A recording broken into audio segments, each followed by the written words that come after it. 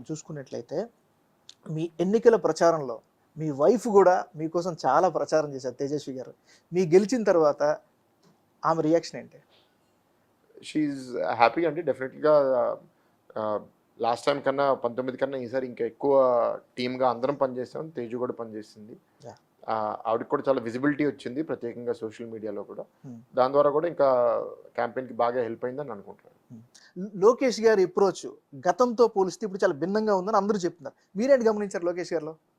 ఆహ్, వాళ్ళు ఎంత ప్రెషర్ పెడితే అంత డైమండ్ లాగా ఆయన తయారవుతున్నాడు. So thank you to YSRCP అని గతంలో కూడా చెప్పాను. ఇప్పుడు కూడా మీకు చెప్తున్నాను.